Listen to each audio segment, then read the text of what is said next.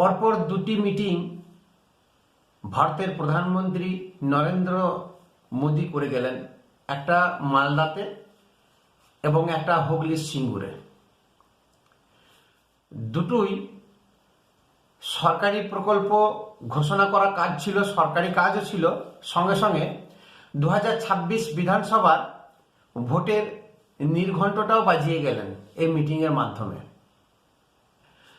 মালদায় এসেছিলেন, ঠিক আছে, মালদাতে তো উনি যা বার্তা দেবার দিয়েছেন, যা যা টিএমসিকে আক্রমণ করা, যা বলার উনি প্রথাগতভাবে বলেছেন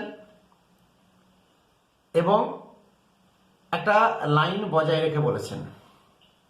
সিঙ্গুরে যখন সভা হলো, সভার বহু আগে থেকে বিজেপি সমস্ত কর্মী, যা রাজ্য নেতৃত্ব আছে, তারা বলতে শুরু করলেন যে এখান থেকে টাটাকে তাড়িয়েছেন, আমরা টাটাকে নিয়ে আসব। যে সিঙ্গুর থেকে টাটাকে মমতা ব্যানার্জি তাড়িয়েছিল, সেই সিঙ্গুরে আমরা টাটাকে পুনরায় নিয়ে আসব।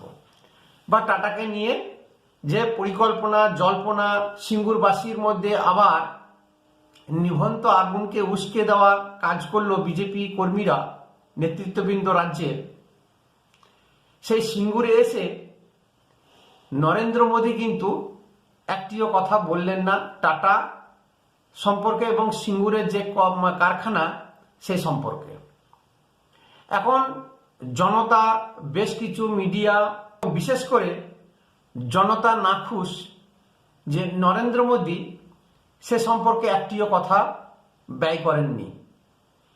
নরেন্দ্র মোদীর কাছে এখন বিস্তর তথ্য থাকা সত্ত্বেও, প্রচুর আক্রমণাত্মক তীর থাকা সত্ত্বেও কেন যে তিনি সেই তীর মারলেন না, কেন যে সেই গরম করলেন না, জনতা কিন্তু হতাশ। যারা গেছিল দুদিন আগে থেকে বা সেদিন পর্যন্ত পশ্চিমবঙ্গের বিভিন্ন প্রান্ত থেকে মানুষ এসেছিল সিঙ্গুরে নরেন্দ্র মোদীকে দেখতে, তার ভাষণ শুনতে। তার মধ্যে অধিকাংশ মানুষ, যাদের মুখ থেকে শোনা যাচ্ছে যে আশানুরূপ, তারা কিন্তু সেই জিনিসটা পায়নি। পশ্চিমবঙ্গের জনতা ভোট এলেই যেন এরকম একটা উত্তেজনামূলক কথাবার্তা শুনতে এবং উত্তেজিত হতে পছন্দ করেন। যে সমস্ত পশ্চিমবঙ্গের নেতা নেত্রী আছে, তাদের গুণাবলী বা কতখানি, তারা পরনির্ভরশীল না তারা নিজস্ব তাদের বাকপটুতায়, নিজস্ব তাদের কর্মকুশলতার জন্য ভোট বৈতরণী পার হবে, এগুলো ভাবার আছে। পরপর সেই 2014 সাল থেকে নরেন্দ্র মোদী পশ্চিমবঙ্গে বহুবার এসেছেন, অনেকগুলো ভোট গেছে, বিধানসভা, লোকসভা সব মিলিয়ে।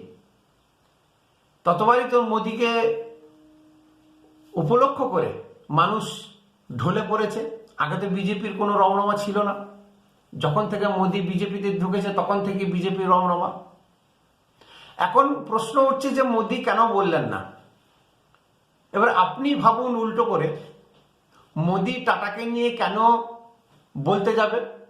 কেন বলতে যাবে টাটাকে আমি সিঙ্গুরে নিয়ে এসে বসাবো? কারণ যখন মমতা ব্যানার্জি সিঙ্গুর থেকে টাটাকে তাড়িয়েছিল, যেটা খবরে প্রকাশ, মোদী তখন গুজরাটের মুখ্যমন্ত্রী ছিলেন। যখনই তল্পিতল্পা কোটাচ্ছে, রতন টাটাকে হোয়াটসঅ্যাপ করে যে ওয়েলকাম টু গুজরাট। উনি গুজরাটে চলে গেলেন এবং সানন্দে সেখানে বিশাল বড় একটা হাব করে দিল, অটোমোবাইল হাব, যা বিশ্ববিখ্যাত হয়ে গেল এখন। তাহলে যে নরেন্দ্র মোদী রতন টাটাকে সিঙ্গুর থেকে নিয়ে গিয়ে নিজের রাজ্যে বসালো, সেই নরেন্দ্র মোদী প্রধানমন্ত্রী হিসাবে নিয়ে এসে আবার কি সিঙ্গুরে বসাবে? এটা হতে পারে? বা টাটাকে বলবে যে সিঙ্গুরে এসো? কারণ সিঙ্গুরে যে পরিস্থিতি, মানুষ তো বদলায়নি, পশ্চিমবঙ্গ বদলায়নি, নেতৃত্ব বদলেছে, দল বদলেছে, দলতন্ত্র বদলায়নি। দলতন্ত্র একই আছে, ওই মানুষ আছে, ওই জনগণ আছে, ওই পাবলিক আছে, ওই পশ্চিমবঙ্গবাসী আছে। তাহলে নরেন্দ্র মোদীও বুঝে যে একটা ভালো প্রতিষ্ঠানকে, অর্গানাইজেশনকে এক জায়গা থেকে তুলে নিয়ে এসে আবার এখানে বসাবো, নতুন করে কেওয়াস সৃষ্টি করব, অনেক ভাবনা চিন্তা করে প্ল্যানিং করে অনেক কিন্তু জিনিসগুলোকে এড়িয়ে গেছে। 2 নম্বর, মমতা ব্যানার্জিকে শুধুই জঙ্গলরাজ বলে ছেড়ে দিলেন কেন? ভাইপোকে নিয়ে কোনো কথা বললেন না। তার একটা বড় কারণও আছে, কারণগুলোকে বুঝতে হবে। শুধু শুধু একটা উচ্চ নেতৃত্ব ব্যক্তি মানুষ সে দুমদাম ভ্রম ভারম বলে গেল, আমরা মজা নিয়ে নিলাম, হিন্দি সিনেমার মতো হাততালি দিলাম, চলে এলাম, বাস বাড়িতে ঢুকে পড়লাম। তারা একটা প্ল্যানিংয়ে চলে। একটা ভালো জিনিস শুনুন, উনি কিন্তু টোটাল মমতা ব্যানার্জির কেরিয়ারটাকে শেষ করার জন্য যা যা দরকার উনি সেই প্রত্যেকটা পদক্ষেপ কিন্তু গ্রহণ করছেন এবং সাকসেস হচ্ছেন, যেটা এখন দেখা যাচ্ছে না, পরবর্তীকালে বুঝতে পারবেন। আর এই 2026-এর পরে মমতা ব্যানার্জির রাজনৈতিক কেরিয়ারটাই নষ্ট হয়ে যাবে, আর কোনোদিন ওকে রাজনীতি করতে হবে না, ঘুরে দাঁড়াতে হবে না। আর ভাইপো সব ব্যবস্থা করে নিয়েছে, বিদেশে কোথায় কি জমা রাখতে হবে, কিভাবে থাকতে হবে, সম্পত্তি কেনা থেকে শুরু করে সে উড়নছু হয়ে যাবে পশ্চিমবাংলা থেকে। পরে রাখবেন, আপনি আমি আমাদের মতো হাবাগোবা জনতা।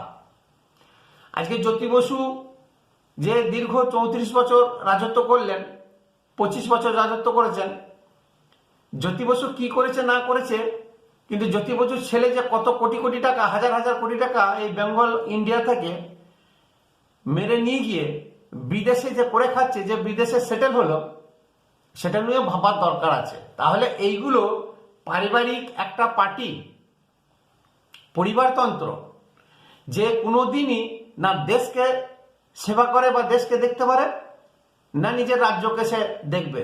যেমন অখিলেশ যাদব, মুলায়ম সিং যাদব, যে যত পারিবারিক পার্টি আছে সারা ভারতবর্ষে, বিজেপির প্ল্যানই হচ্ছে দেশ থেকে কংগ্রেস মুক্ত এবং পশ্চিমবঙ্গ থেকে টিএমসি মুক্ত। যতদিন মমতা ততদিন টিএমসি, মমতা গেল না টিএমসি রাজত্ব শেষ। আজকে শুধু তাই নয়, মমতা ব্যানার্জি যে ভেতরে ভেতরে এমনি ভেঙে গেছে তার দলটা, সেটা কিন্তু বিজেপি আরএসএস হারে হারে বুঝতে পেরেছে এবং জানে, যা কিন্তু সাধারণ পাবলিক এখনো ধরতে পারছে না। তার কারণ, যদি সেরকম না হতো, আর ভোট আর হার্ডলি 1.5 থেকে 2 মাস আছে, এই 2 মাস 2.5 মাস আগে টিএমসি থেকে মৌসুম বেনজির নূর ভেঙে পুনরায় আবার কংগ্রেসে যেত না। মুসলমানরা কিন্তু আজকাল বুঝতে পেরে গেছে যে সব থেকে বেশি ধোঁকা দিচ্ছে টিএমসি, মমতা ব্যানার্জি। ফিরহাদ হাকিম এখন যেহেতু লাভের গুড় খেয়েছে, মমতার কথা শুনতে হবে, ওঠা বসা করতে হবে, ওইটুকুই। এর বাইরে কিন্তু কোনো মুসলিম সমাজ বা কোনো মুসলমান ফিরহাদ হাকিমের কথায় ওঠা বসা করবে না বা করছে না। হুমায়ুন কবির হাতছাড়া হয়ে গেল। হুমায়ুন কবির বুঝতে পেরেছিল, সবাই কিন্তু বুঝেছিল যে এইটা মমতা ব্যানার্জি একটা প্লেইং কার্ড, ভোটের পরে ঠিক সমঝোতা করে হুমায়ুনকে নিয়ে নেবে। সেটা হুমায়ুন যেমনভাবেই করুক, আজকে পাবলিক সেই সমস্ত জিনিসগুলো, শর্টকাটগুলো বুঝতে পেরেছে, তাই হুমায়ুন কিন্তু আস্তে আস্তে নিজেকে গুটিয়ে নিচ্ছে বা সাইড করে নিচ্ছে। মমতা ব্যানার্জি যে হুঙ্কার মুসলিম ভোটের ওপরে, সেই মুসলিম ভোটে কিন্তু আসাউদ্দিন ওয়াইসিও থাবা বসিয়েছে।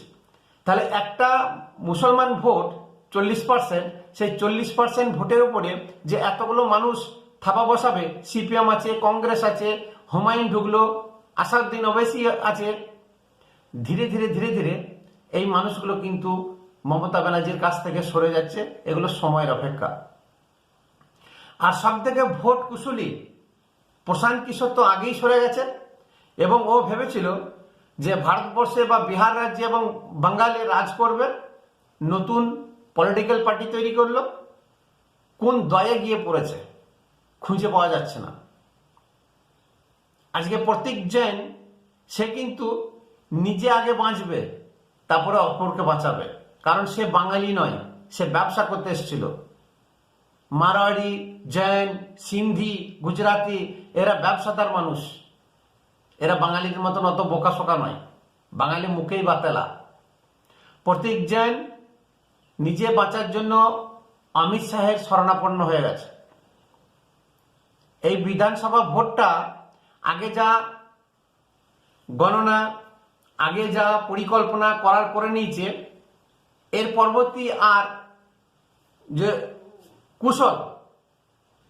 যে কৌশল সেই জিনিস কিন্তু টিএমসি আর করতে পারবে না। তার মাথার ঠিক নাই, উল্টো পাল্টা কথা বলে।